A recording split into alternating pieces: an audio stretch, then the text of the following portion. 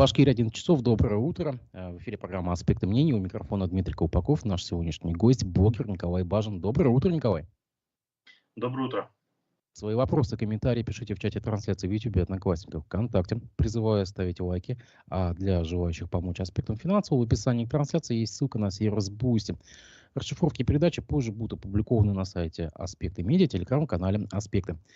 Николай, хотел бы обсудить твой вчерашний пост по поводу отдыха, так называемого теневого туризма на Павловке. Ты опубликовал видеопост, где ты описал ситуацию так: опасные фейерверки, слив из бани прямо на землю, оплата на карту, обратная сторона теневого туризма на Павловском водохранилище. А что, собственно, не так? Там, кстати, даже в комментариях я где-то видел, что тебе сказали, ну, это же бюджетный отдых, да, а если ты хочешь, чтобы все было так цивильно, там, как надо, ну, вот, пожалуйста, там рядом есть и новые, и старые советские турбазы, которые работают и в чистую, и в белую, и так, как надо. Вот, что можешь сказать? Да нет, это не бюджетный отдых, я бы не сказал. Я заплатил 16 тысяч рублей за 2 суток, и за эти средства на турбазе, мне кажется, ну в том же Звездном еще где-то можно было бы отдохнуть. А что касается истории Павловки, она отнюдь не вчера появилась, она появилась до лет 20 назад она была. Вопрос просто в том, что сейчас таких людей, которые делают именно таким образом бизнес, то есть не занимаются незаконным предпринимательством, их стало значительно больше, они расширились. Если мы зайдем на Авито, мы таких увидим. Что не так? Ну, вообще, у нас чиновники говорят о том, что мы развиваем внутренний туризм, торжественно флажками машут, там показывают какие-то достижения и так далее, изображают их. Но по факту я не говорю, что вот эти места надо закрыть. Я говорю о том, что надо организовать слив и работать им, то есть слив жидких бытовых отходов не в Павловское водохранилище, а в стоке, в ЖБО, то есть собирать в Шамбо, скажем так, не делать деньги на экологии и играть по общим правилам, а то получается, что кто-то, ну, правила равны, да, для всех, а кто-то равнее. И целые, как бы, группы образовались людей, которые там зарабатывают таким образом. Коль, давай сразу уточним, что речь идет о частных подворьях. Это просто частные коттеджи, да? По сути, частные дома, частный сектор на берегу Павловского водохранилища, который предоставляет услуги так хостелов или, как это получается, что-то турбаз каких-то нелегальных таких, да? Однако это же все в ответ на, ну, сам понимаешь, на то, что сократилось предложение по выездному туризму за рубеж. То есть, как бы отрасль ответила. Как могла, так и ответила. Это не как могла отрасль отметила, да, нельзя играть по каким-то правилам непонятным, которые это проблема зрела давно, это во-первых, а во-вторых, эта отрасль, вот честно говоря, я ей занимался в 2019 году, ездил в Аслыкуль, в Кандыркуль, в 2020, в 2021. Эта история должна была работать тогда, чтобы сейчас уже не иметь таких вот причин, таких вот проблем, я имею в виду. Что касается от этого всего, можно работать на законных основаниях. Просто получи ИП, все оформи и делай, как это делают другие. Настолько масштабная проблема? Да, там Павловское водохранилище насчитывает 90 километров и в длину, и затрагивает 2 района, Караидельский и Нуримановский. В основном все законные предприятия, такие как Звездный, там, да, они работают по части Нуримановского района. В Караидельском, вот эту вот деревню Уразбахты, где я был, там работают незаконно люди. И, честно говоря, то, что они делают, мне не нравится. С фейерверками, да, ну вот просто фейерверк. Запускают люди, выпившие, да, соседи. При этом, если это ночью что-то куда-то прилетит, вокруг лес. Кроме того, что лес, дом, да, и если куда-то что-то отлетит и загорится, ехать до соседней деревни 10 километров. То есть пока вы вызываете, там минут 30-40, и все это сгорит. Если вы спите в этом доме, и сосед решил пострелять, вы не вышли, и у вас что-то там. А, кстати, дом, в котором я был, снизу дрова лежали под домом, под днищем. То есть там винтовые сваи, и, соответственно, под ним дрова. То есть это как спичка могло бы все вспыхнуть на самом деле. И эта проблема существует. А сколько стоит в среднем вот такой дом, допустим, сейчас на Павловке в сутки? Ну, 8-10 тысяч, 8, от 8 до 10 тысяч такой дом стоит, да. Если мы говорим про легальные какие-то отдыхи, я не изучал там каких-то глобальных конкурентов, то есть там усадьбу Альберта, бухту Кила, да, я вот эти не смотрел. Но я знаю, что за эти деньги, в принципе, вполне можно было бы в Звездном что-то взять. Тем более, что этот бизнес, вы знаете, я ездил невероятно, в 2007 году я ездил с моим отцом значит, Звездный отдыхать, домики эти тогда еще строили. Просто эта история разрослась, и если мы наберем Авито, там очень много незаконных самостроек. То есть домики, которые возведены так или иначе без разрешения.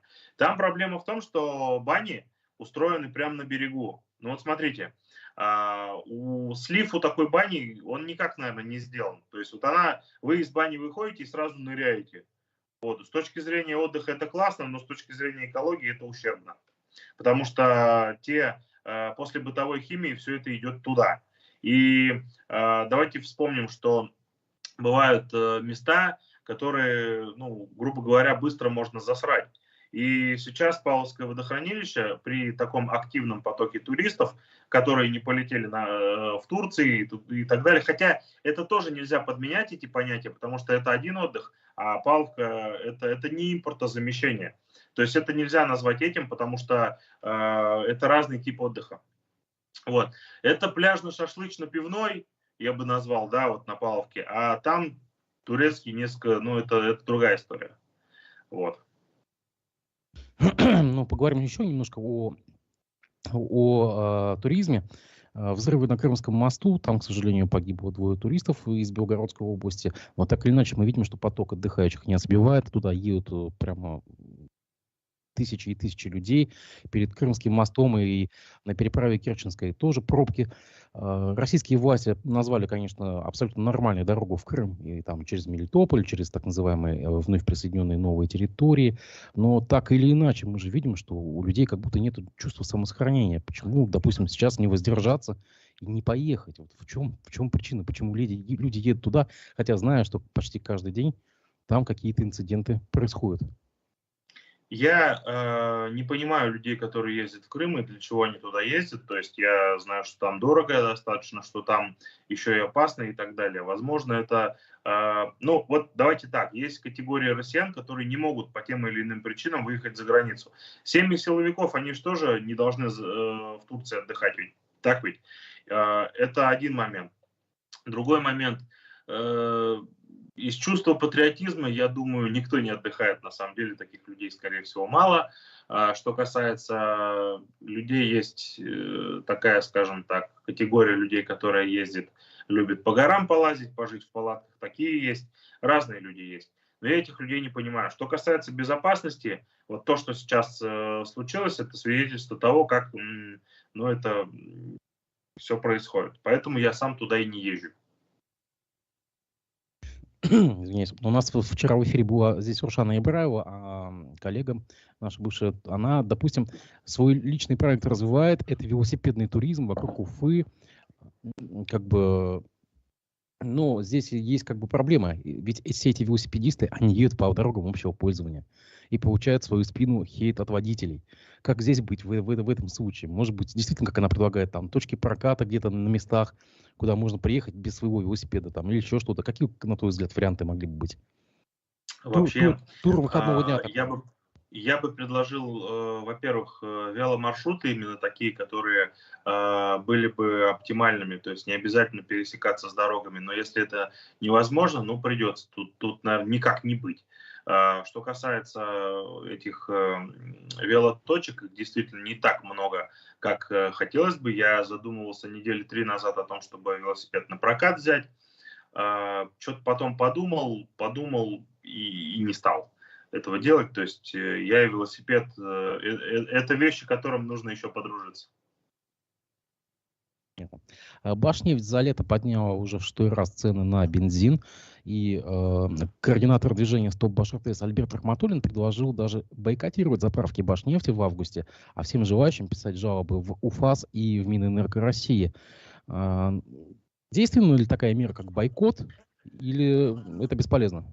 Года 2 назад я разговаривал с людьми, и как раз-таки идея о проведении топливного бойкота была.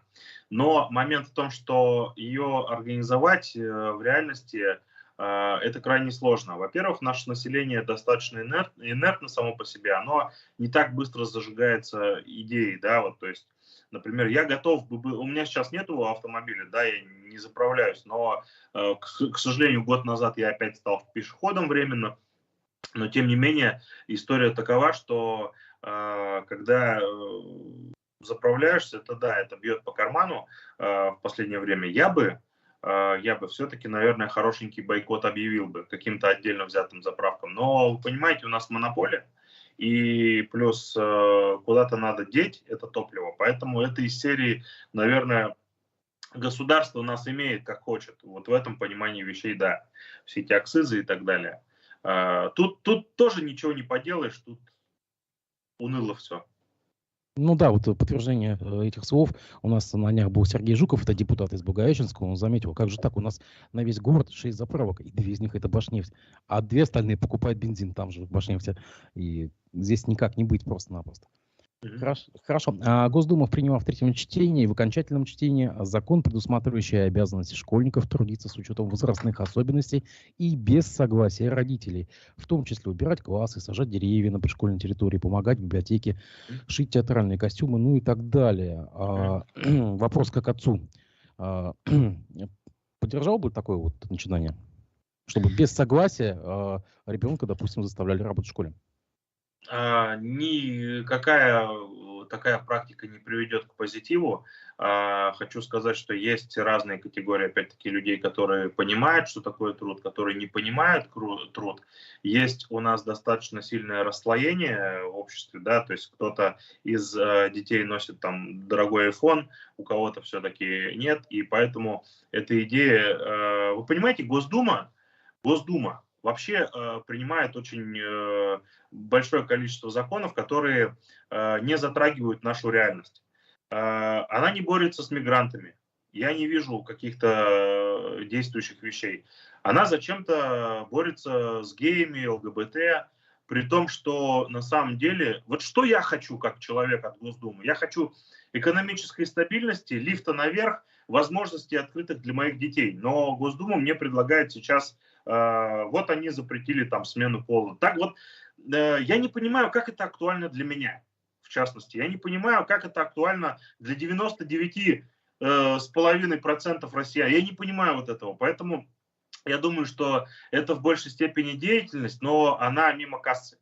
И поэтому все эти законы, и что касается детей, да, конечно, у нас в нынешнем положении вещей государству нашему надо пересмотреть свое отношение к жизни. Еще в 2016 году я Владимиру Путину задавал вопрос в прямом эфире на всю страну про национальную идею. Что такое у нас национальная идея? Мы рассказываем, например, про русский мир, которого внутри я не особо сильно ощущаю. Вот у нас, например, не идет, я говорю не конкретно о русских людях, а о гражданах нашей страны, которые не защищены от мигрантов. Мигранты приезжают жить вместо нас, я считаю. И государство в данном случае ведет себя недостаточно жестко. И мы ждем от Госдумы и от правительства России других вещей, не тех, которые она делает, то есть сейчас. Поэтому это из области того, что делаю, но чтобы делать. Как-то так. Ну и в продолжении темы глава Минздрава Михаил Мурашко назвал порочным стремление женщин строить карьеру до рождения детей и даже вызвал дискуссию о необходимости абортов и препаратов для прерывания беременности. Вот так вот, по его мнению, можно поднять демографию.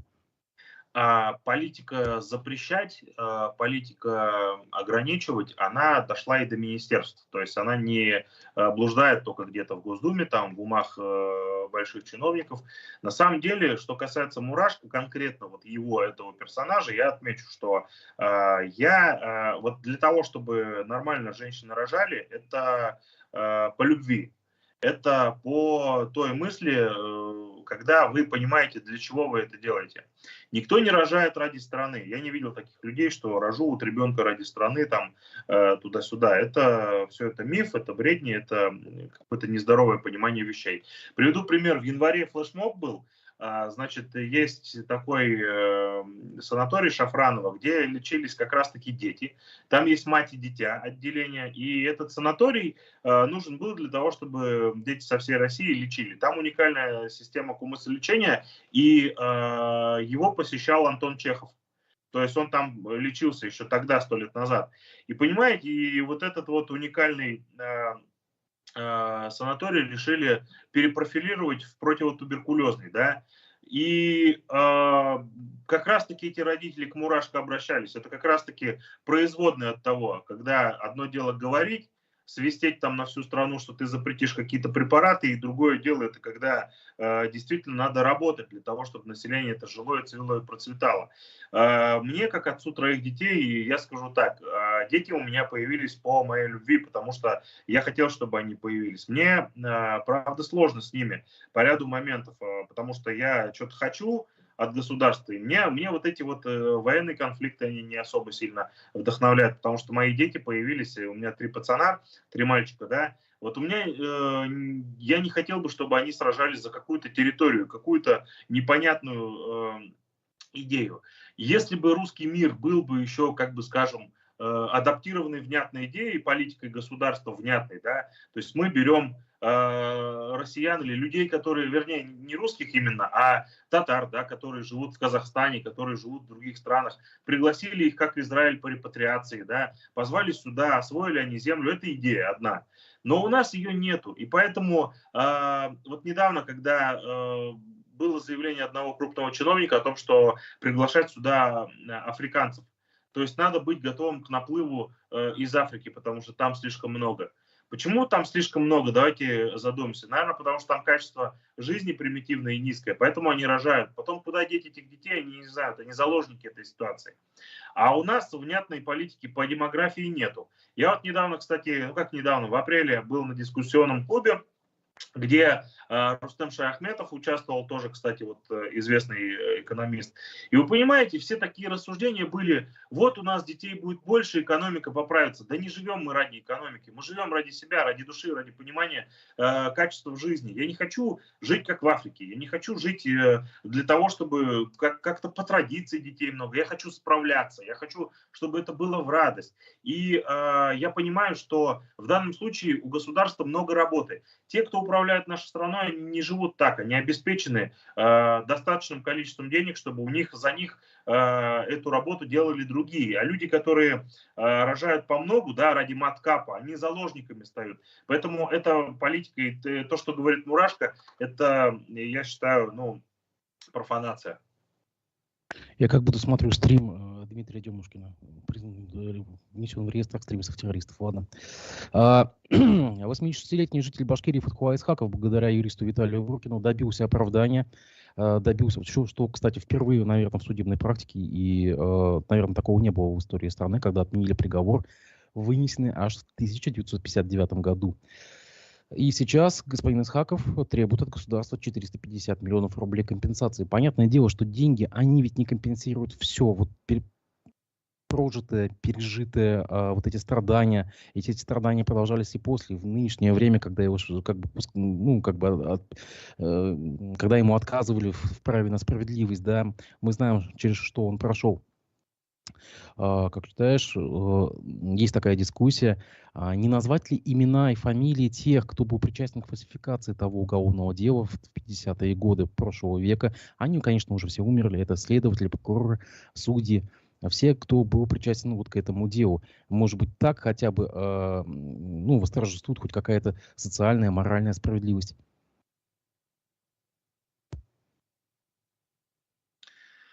К сожалению, связь не очень хорошая. Я половину вопроса твоего не слышал, но отмечу, что по Фатхуле и Исхакову я историю отслеживаю, наверное, года 2. Не прям пристально, но все же смотрел. Я к тому, что назвать фамилии всех. Реабилитации таких людей в плане того, как это не принято в обиходе. И Я считаю, что деньги, естественно, это, ну, там понятно, что он что-то себе хочет компенсировать. Это отчасти, наверное, ну, здравая мысль, но получится у него это или нет, я не знаю. Что касается вообще достаточно в государстве вот этой практики компенсации морального вреда, ее практически нету. То есть, например, можно обозвать человека, еще что-то, и как бы не понести за это наказание, оболгать его и так далее. Вот это вот минус. Вопрос в том, что называть или не называть фамилии тех, кто был причастен к фальсификации. Ну, конечно, называть. Конечно, А, называть. а есть противники, которые говорят, что дети ведь за родителей не отвечают. Но ведь они могут пострадать. Ну, имеется в виду дети, потомки тех, кто там следователь там и прокурор. Я думаю, что правда, она существует такой, когда она существует. Почему мы про политиков, про их детей говорим, но мы не должны говорить про людей, которые там какие-то другие. Зачем это отделять? Я думаю, что в данном случае можно и назвать, действительно. Есть дискуссия сейчас очень активная. Это по поводу возможного строительства храма на месте городища Уфа-2. Это в центре города, место, где ведутся раскопки, где будет депозитарий археологический. Насколько мы знаем, там планируется то ли часовня, то ли храм. Однако вот часть башкирской националистической как бы общественности встала против. Твое мнение по этому поводу? Я думаю, что я не против часовни православной, хотя момент отмечу, что, вот смотрите, если мы говорим про религию, религиозные люди, они всегда пытаются перетянуть одеяло на себя. Одна религия от другой, оттянуть контингент, это борьба за умы, которая продолжается длительное время. И для меня было бы удивительно, если бы мусульмане сказали там, да, давайте там за храм, за православный пусть строят, мы же там это толерантные. Да нет, этого не будет. Поэтому это не удивительно. Мне, как приверженству, все-таки приверженцу православия, да, наверное, нужно поддержать храм. Поэтому я не буду тут говорить там про исторические ценности, высокопарных слов. Нет, храм, да, храм. Я за него. Главе Минстроя Башкирии Рамзилю Кучербаеву добавили еще 3 года сроку, то есть увеличили срок с 6 до 9 лет. Также, по-моему, будет пересмотрен приговор Борису Беляеву, вице-премьеру. На твой взгляд, это вот такая реальная сейчас началась борьба с коррупцией, или нет, это не с коррупцией, это с такими даже проявлениями, как это называется, превышения должностных полномочий, то есть, или это все какая-то имитация? Я напомню, что на этой неделе, кстати, прошел антикоррупционный форум. Я считаю, что в ближайшее время нашей стране нужно будет пройти большой путь по борьбе с коррупцией. Вот, на мой взгляд, самые главные две беды России.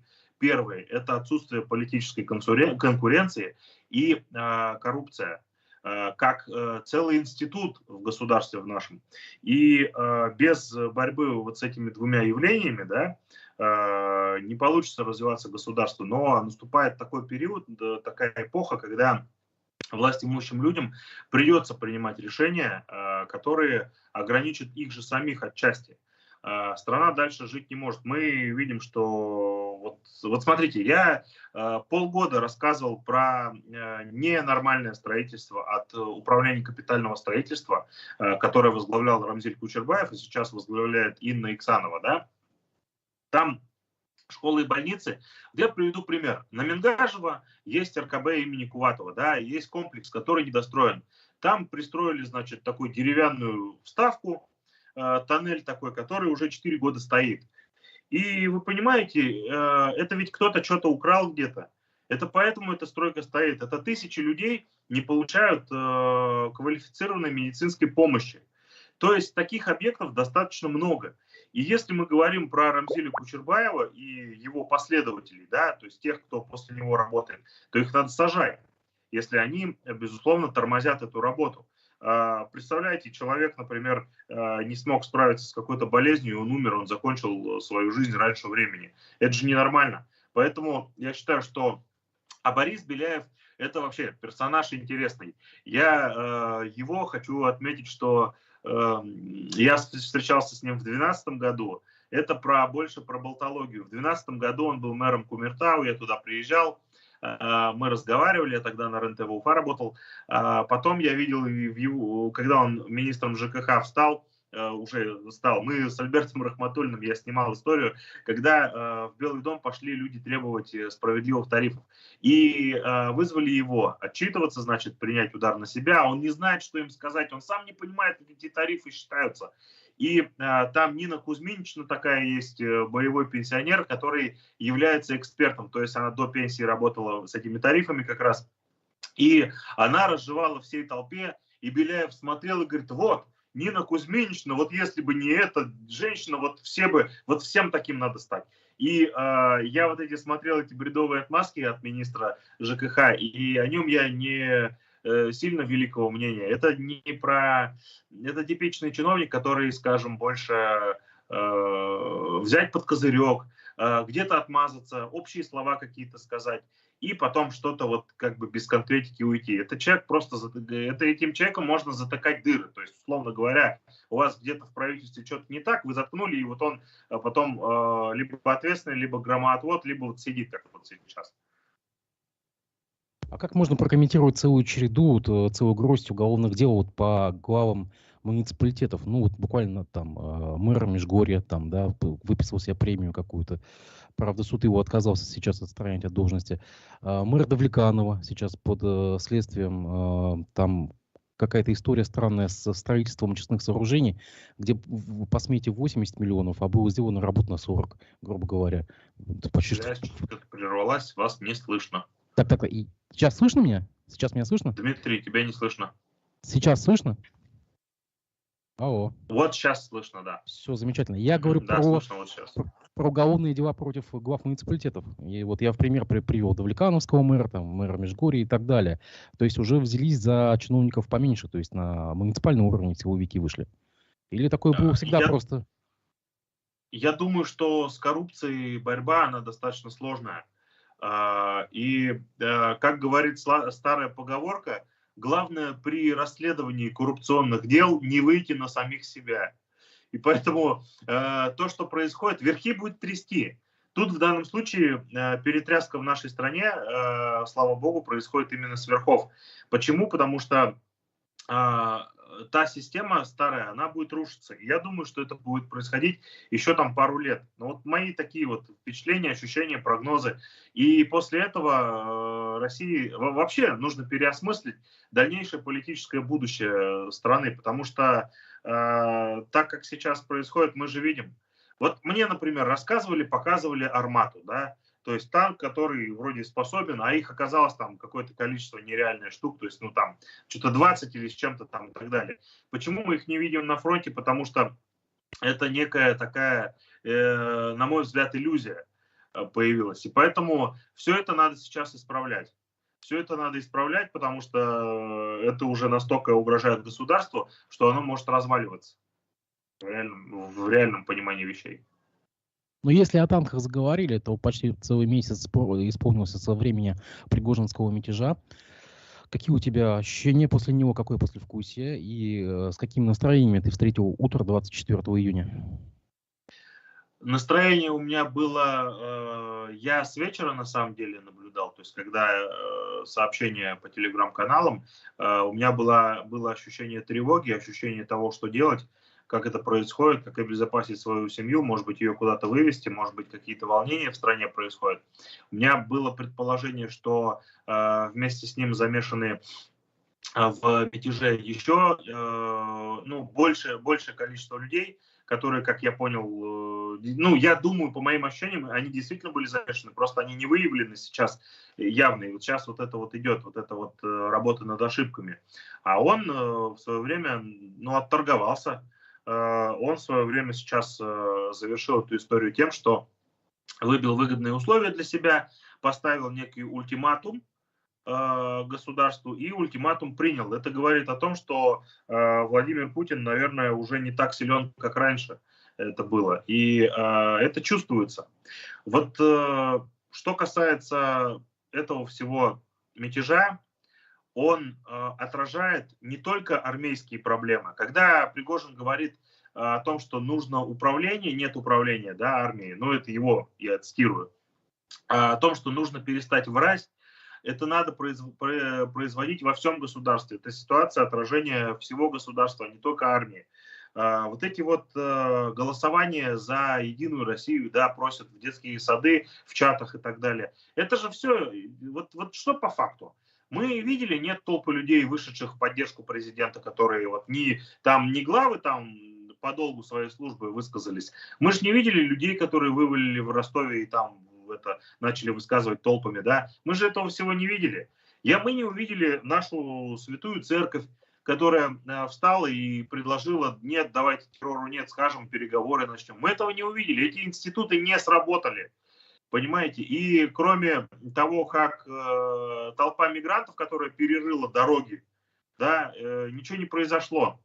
Давайте поставим себя на место человека, который взял автомат, который служит в Росгвардии где-нибудь в Подмосковье, и которого поставили. Ты понимаешь, что против тебя идет армада.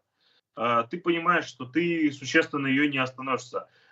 Жизнь – это бесценный дар, которым обладает каждый человек. И взять и исполнить приказ – это означает потерять свою жизнь. Понимаете? И я думаю, что таких людей уже, наверное, нету. Те люди, которые готовы были на это пойти, они погибли в СВО или участвуют сейчас там. Потому что те, которые добровольцы пошли, которые думают, что они за родину сражаются, они вот там находятся. А что касается людей, таких как я не считаю, что эта история имеет место быть. Поэтому Пригожинский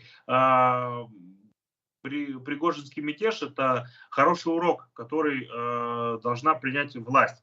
И в первую очередь надо улучшать сейчас экономику нашей страны, которая трещит по швам. Потому что в последующем, если этого не произойдет, никаких улучшений. А я рассчитываю на то, что руководство нашей страны начнет понимать, что нужно выстраивать экономику, а перед этим надо бить коррупцию. А еще нужна политическая конкуренция, о которой мы вроде как должны были еще, кстати, поговорить.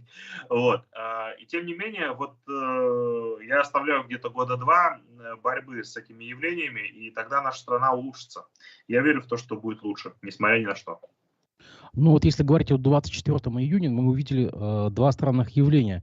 Начиная с утра 24 июня все чиновники, все главы муниципалитетов, вплоть до низовых, начали публиковать одинаковую под копирку посты. Там, в поддержку президента, там, против мятежа, давайте остановим раскол, не допустим то-то и это. Буквально одинаковые тексты были.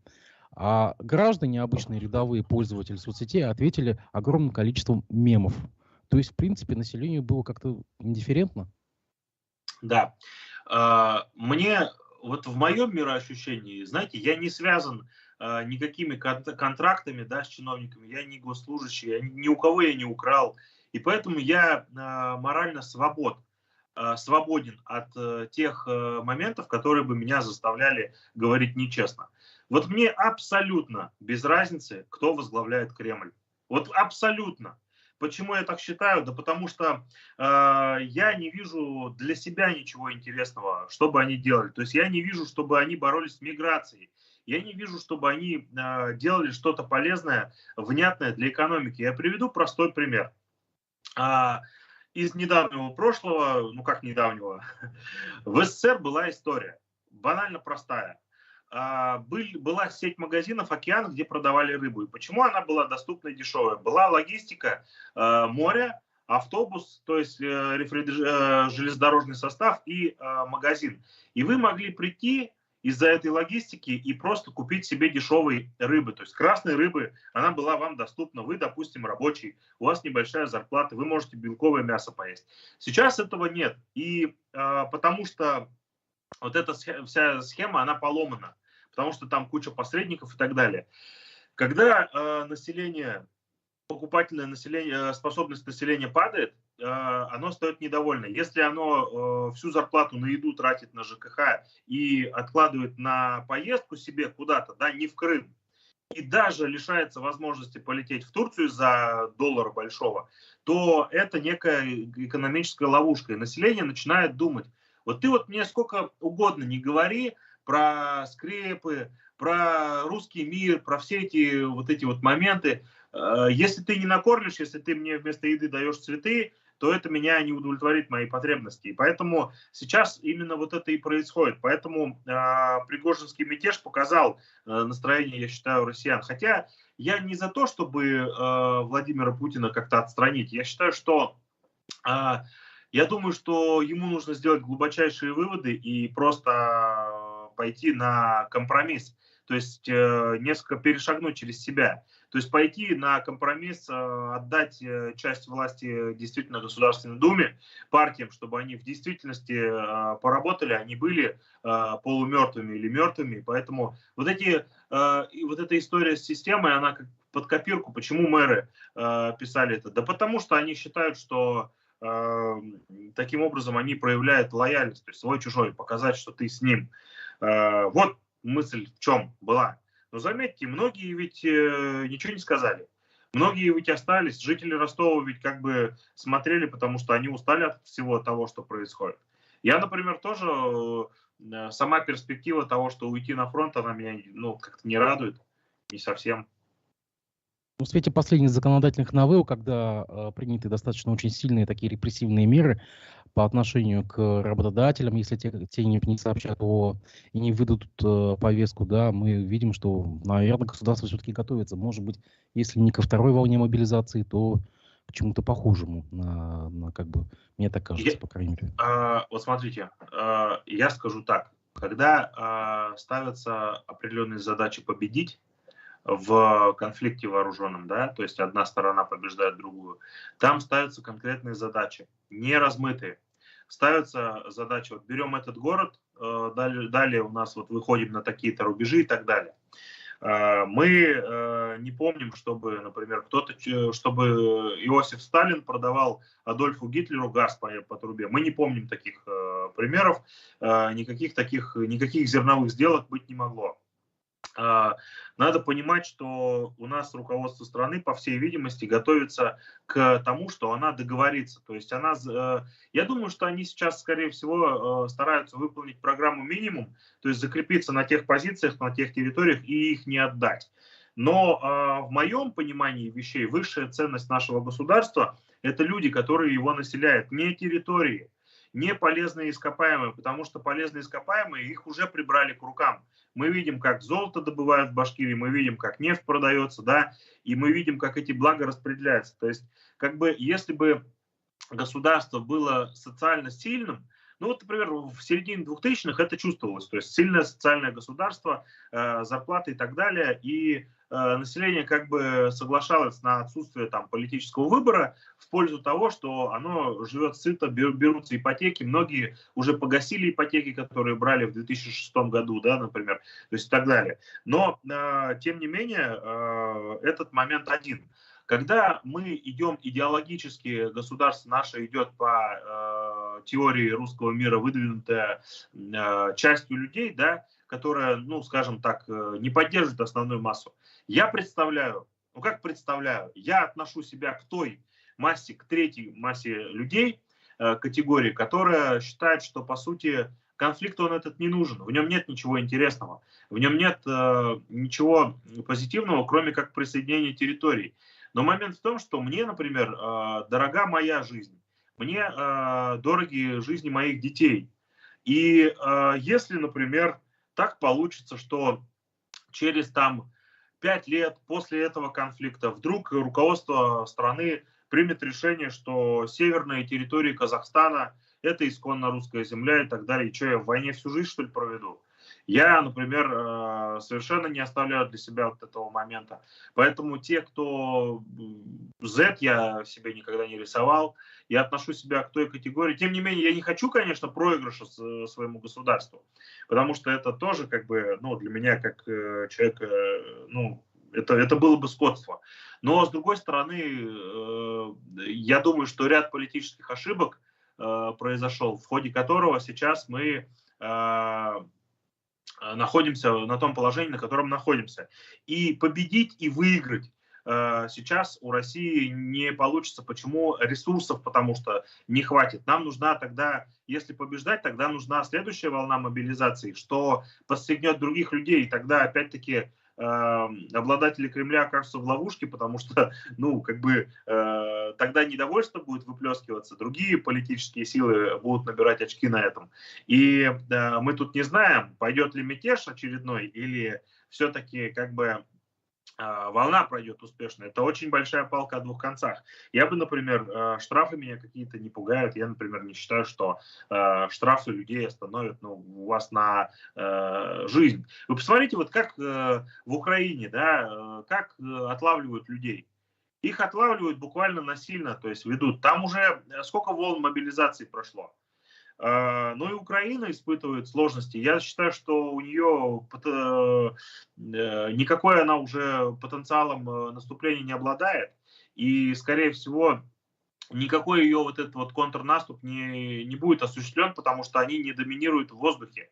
У них нет преимущества в авиации. И оно появится там к сентябрю и так далее, но к тому моменту уже будет усталость достаточно большая от этого всего конфликта. И надо понимать, что 2500 километров земли, территории, по которой идет вообще весь этот театр военных действий, его сложно будет сдержать. Поэтому я думаю, что, скорее всего, конфликт пойдет ближе к заморозке, потому что зимой наступать это тяжело, и Россия, скорее всего, сдержит эти позиции теми силами, что есть. Вот как-то так. А Украина уже ни на какие волны мобилизации ничего не получится. Немножко поговорим о патриотах, настоящих патриотах. Всю неделю обсуждается тема Елены Исенбаевой. Это чемпионка, она майор армии, атлетка, куратор юнармии, что там еще, член комиссии по изменению Конституции, член Путин-Тим. В общем, как бы действительно такой настоящий Z-патриот. Ну, внезапно нашлось, что как бы она живет теперь в Испании, на Тенерифе. И вроде как возвращаться даже не намерена. И она попала просто под критику и либеральной общественности, и Z-блогеров. Вот как так можем... Ну, вот у нас есть, в принципе, свои примеры людей, которые раньше работали на власти и внезапно уехали. Ну, что говорить, вспомним иностранного агента Ростислава Мурзагулова. Или нынешнего, также иностранного агента, политолога Аббаса Галямова. Он здесь в Башкирии работал тоже. Вот, и тоже уехал. Как бы. Как вот можно объяснить Z-лагерю вот такую смену амплуа? Я начну вот с чего. Когда я учился в школе прапорщиков в Санкт-Петербурге в 2002 году, нам объяснили, что прапорщик – это состояние души. Елена Исенбаева не офицер, на мой взгляд, и потому что у нее нет состояния души этого. И когда она говорит, выражает свою позицию, что она номинальный человек, она, пожалуй, наверное, действительно не офицер, потому что она себя таковым не чувствует. Вы понимаете, есть человек, который ощущает быть и казаться, это разные вещи. Одно дело, вот тебе бумажку нарисовали, поэтому не надо, действительно серьезно отнеситесь, она никакой не офицер. Что касается того, что она делает, это попытка сохранить свои позиции в МОК и действительно остаться в спорте, продолжить карьеру. От России она все получила, она уехала, и ей ничего здесь не нужно. Возможно, ей нужно сохранить какие-то финансовые активы здесь для того, чтобы жить хорошо. Это первое. Примеры, но с другой стороны, смотрите, даже немножко в оправдании ей скажу. Вы спортсмен, вы готовились всю жизнь, вы что-то заслужили, и тут вот какой-то конфликт вас перечеркивает, где вам нужно выбирать. И вы выбираете себя. С этой точки зрения это логично. Но то, что вы обманывали людей, помогали переписывать Конституцию, помогали реализовывать какие-то планы, кто-то в политике считает это допустимым для себя. То есть подлость и обман людей, вот это вот для них это нормально. Вы понимаете, многие люди, которые находятся в нашей политике, в российской, они, скорее всего, им приходится идти на компромисс с этим. То есть многие, кто выбираются депутатами, они оказываются в системе, они идут на этот компромисс. Я считаю, что это именно так и происходит. И поэтому таких людей, как Исенбаева, много. То есть много людей, которые действительно... Но это не то, чем живет государство, это не те преданные люди, на котором оно будет стоять. И в какой-то момент, когда очередной мятеж произойдет, они просто свалят. И поэтому таким образом вот это прощупывание страны идет. Поэтому, повторюсь, стране надо сделать выводы из того, что происходит. и все-таки начать перестраиваться в пользу, опять-таки, родить заново политическую конкуренцию. Просто так как система устроена сейчас, это удобно управлять страной, когда все власти соединены. Но если человек ошибается в принятии решений, то ошибается вся страна. И терпят последствия вот этого всего остальные. Что касается Ростислава Мурзагулова вообще. Ну, смотрите. Признан иностранным агентом. Да, признан, который иностранным агентом. Момент в том, что независимо от того, он является профессионалом, который выбирает себя. Поэтому я считаю, что та история про выборы себя, это отчасти, наверное, нормально для людей, которые вложились. Патриотов, я думаю, что осталось мало. С некоторого момента я себя тоже перестал относить к патриотам страны. Я себя отношу к людям рационально мыслящим, трезво мыслящим. Вот тут поясню момент. Есть люди, которые... Вот давайте так, на СВО, например, убили человека, да, его привозят домой и хоронят, его тело.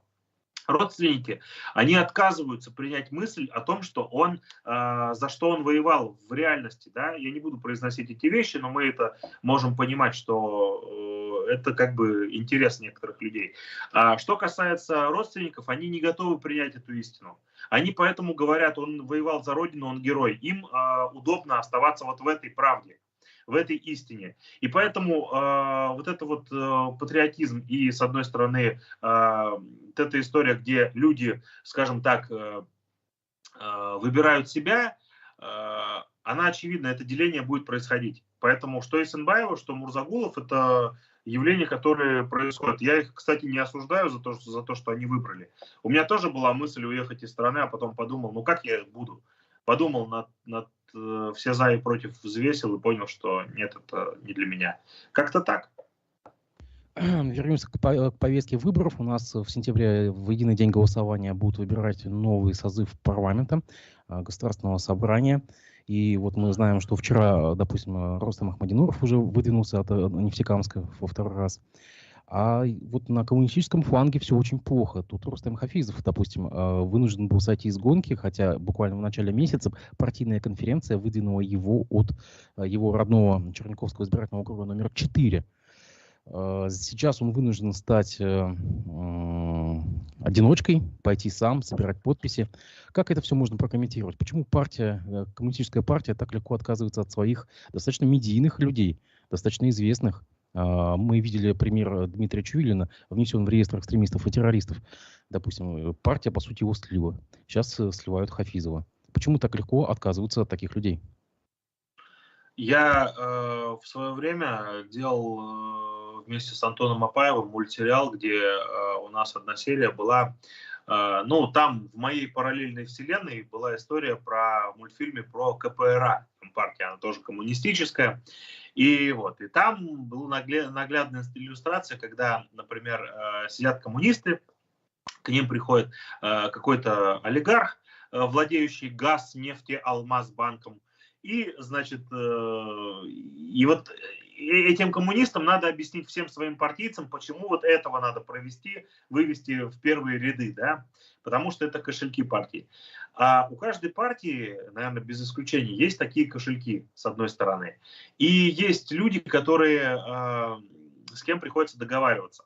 Учитывая, что мы живем в системе, а политика российская сводится к тому, что она подконтрольна, как правило, администрациям регионов и прочих вещей, им сложнее и тяжелее, у них меньше просторов для маневров, для политических. Вы обратите внимание, никакая партия не высказалась против СВО. Да, почему? Это не потому, что они так не думают, это потому, что они понимают, что это переход красных линий. И дальше они сужаются. И коммунисты в этом случае решили пойти на компромисс, поэтому Хафизова слили. Я считаю, что это так. Отмечу, что Хафизов отнюдь не самый какой-то депутат, не яркий, да. Я помню, когда он заступился за граждан, предложив свое расследование по тарифам года 2 назад, по тарифам за тепло, да, депутатское расследование провести в действительности. Но, опять-таки, это интересы людей, просто этой компанией владеет Интеррао, как я понимаю, и как раз-таки эта история ведет к Игорю Сечину. Я так предполагаю.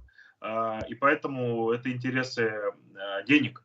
И поэтому тут в данном случае надо было бы, как, если коммунистическая партия, она должна защищать интересы социума.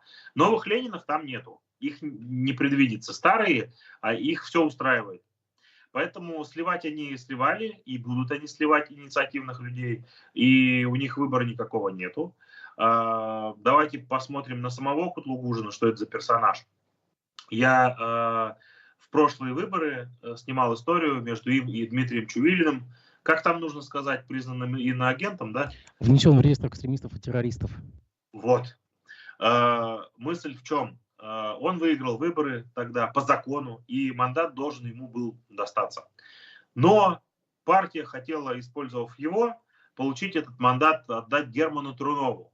Герман Трунов в предыдущий избирательный срок был в ЛДПРе. То есть это денежный кошелек, как я помню, который раньше работал в компании Госстрой, у которого куча недостроев, проблема которых тянется. Понимаете, да, вот эту цепочку последствий, да, последовательности мысли. И вот он почему-то должен идти. Я думаю, что это, скорее всего, не безвозмездно этот мандат должен был передан быть вот этому Герману Трунову. Но это такая, это мысли вслух. И поэтому я с видеокамеры пошел к Кутлугужину по эту тему, на эту тему рассуждать. И поэтому КПРФ для меня, те, кто снизу, они идеи генерируют, а те, кто сверху, снимают сливки и просто, скорее всего, отторговываются, чтобы кого-то не допустить, еще что-то получают за это какие-то плюшки. Вот это смысл вот такой. Но КПРФ, момент в том, что там действительно много актива и много людей, которые в свое время действительно много сделали по ряду вещей, то есть проявляли себя активно, потому что связь с социализмом у людей, у многих, то есть не молодых людей, у них присутствует, и они верят вот в это. Но вот то, что Зюганов отправил, вот, кстати, верхушка КПРФ Башкортостана, это отражение того, что в федералах происходит, в федеральном ЦК партии. Потому что они тоже, вот они живут, они доживают, они мастодонты, их время ушло. Они сейчас вот доживут, политическая система будет выстраиваться по-другому, и все это произойдет, скорее всего. Вот эта смерть партии. Ну, она как бы будет, но веры в нее нету. У Хафизова, как у одномандатника, самовыдвиженца, у него есть вообще шансы какие-то? У него позиции сильные, но я не помню ни одного самовыдвиженца, который бы собрал подписи и прошел, потому что это самая удобная для ЦИК ситуация, где можно запороть. Давайте вспомним 2 года назад. Евгения Куцуева собирала подписи, Леонид Бирюков собирал подписи, Алла Яковлева собирала, Шатар Уставели, помните, да, собирала подписи. И что из этого вышло? Да ничего не вышло. Причем вся тройка провластная. Там никого... Это история про то, где быть, где, вернее, казаться, а не быть. Потому что собираешь, когда подписи, ты потом тебя запорят. Я для себя, я когда думал в политике что-то, что как-то можно определять, нет, эта история, там целые предвыборные, как это сказать, окопы, целые линии обороны, чтобы чужие там не зашли. Поэтому я, честно говоря, отсекаю эту возможность, что кто-то это сможет сделать. Поэтому как-то так. Для себя от партии ты идешь, но тебя партия сольет. Идешь ты там от этого, от самовыдвиженцам, тебя просто не допустят, и все. Что касается, кстати, вот Ахмадинурова, да, вы знаете, вот есть такое понятие, называется политический опыт. Вот, казалось бы, он из «Единой России», я не симпатизирую этой партии вот ни разу.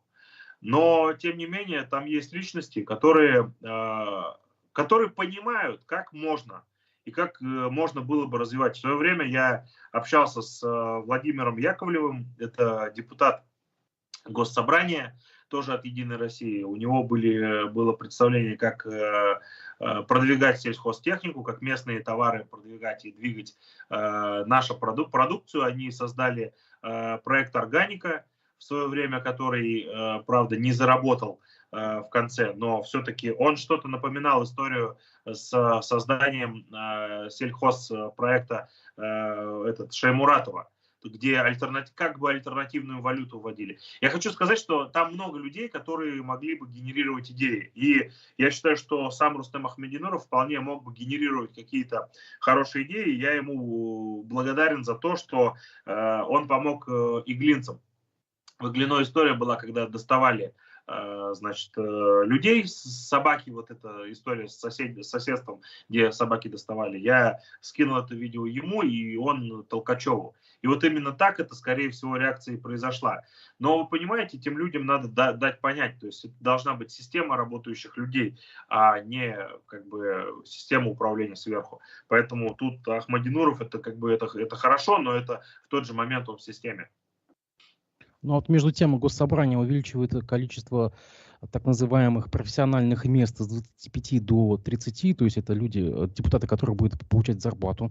Даже вот Сапкор 02 портал сейчас почитал, что в среднем такой депутат зарабатывает 300 тысяч рублей в месяц, а вице-спикер около 400 тысяч. И вот уже известно, что одно из таких мест займет бывший глава МВД по Башкирии Роман Диев. Ему прочат место председателя комитета по правопорядку.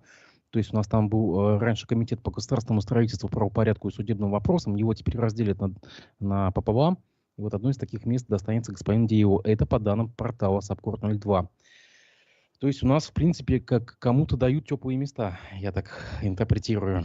Я совершенно так не думаю. На мой взгляд, нет, с Романом Диевым возможно. Это так, потому что в силовиков, как в политиков, я не верю. Их поганой метлой надо мести, потому что именно из-за них вот эта система и цветет, вот эта вертикальная власть, когда зажимаются права и свободы граждан. И вместо того, чтобы придумывать какие-то внятные, понятные законы там, борьбы с миграцией, с экономикой, да, то есть, чтобы разбираться, мы там придумываем законы, запрещающие сменять пол человеку, да, что вообще никак не актуально в нынешних реалиях, вот вообще. Я просто людей таких не знаю, даже вот не видел никогда, кто бы хотел сейчас вот мне подошел и сказал, вот, коль я хотел там сменить пол, вот мне нельзя. Я таких не видел. И вот все эти силовики, они, да, тут минусы, тут просто просяжутся. Это хорошо только для контроля системы. Если до системы не дойдет, что она делает, то она рухнет. То есть через некоторое время, потому что она не сможет справляться с теми вызовами и запросами населения, которые существуют. Это первое. А что касается количества мест депутатов, то, что расширяет, я считаю, что это правильно. Почему? Потому что, ну, правда, доставаться эти места не должны вот таким Деевым всяким.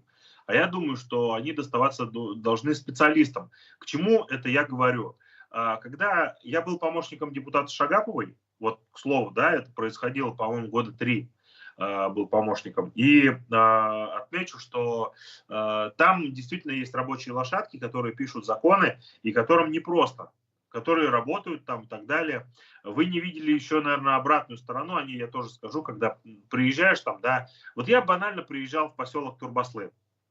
Значит, это под Уфой находится. Это как раз-таки избирательный округ Шагаповой. У людей там мусор развалит, да, то есть они у себя убраться в поселке не могут, живут в дерьме и с этим согласны.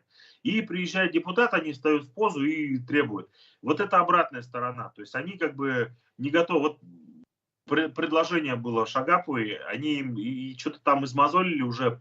3 года у них родник надо благоустроить, и вот они с нее требуют. Она говорит, давайте я со своей зарплаты 30 тысяч рублей дам в проект создания этого. Вы добавьте на проект надо 15 тысяч рублей, чтобы проект создать по реконструкции этого ручейка, из которого они могут пить. И что вы думаете? Да, они никто не скинулся, не сообразил тоже. У них нет какой-то вот социальное иждивенчество. Это другая изнанка, она тоже существует.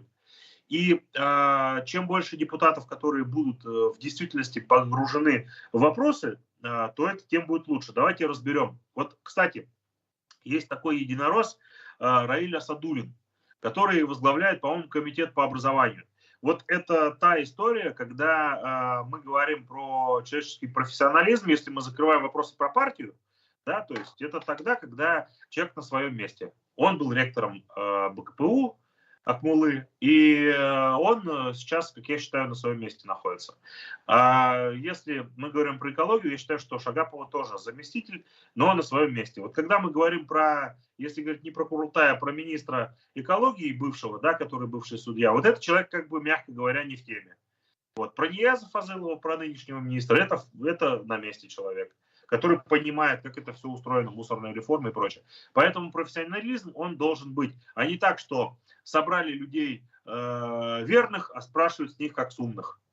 У нас осталось буквально 1 минута. Хочу вот зафиналить этим. Политолог Екатерина Шульман признана иностранным агентом.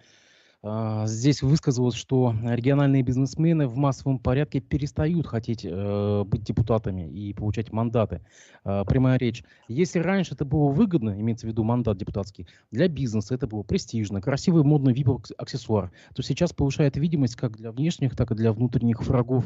Люди, видимо, не хотят связывать себя с официальными постами, учитывая туманную обстановку, сказала Шульман. Депутаты, эта история с мандатами, она действительно подешевела. Подешевела в том понимании вещей, когда действительно все стало... Незачем за этим мандатом идти. В 2013 году я вот участвовал в выборах. Многие там строители участвовали, те, кто так или иначе участвует. Но никто сейчас не борется за избирателя. Все идут в администрацию, что-то там отторговаться с кем-то, договориться. Вот так это. И сейчас поэтому вы не увидите там агитации бурной. Будет одна имитация выборов. Вот, ходить туда незачем.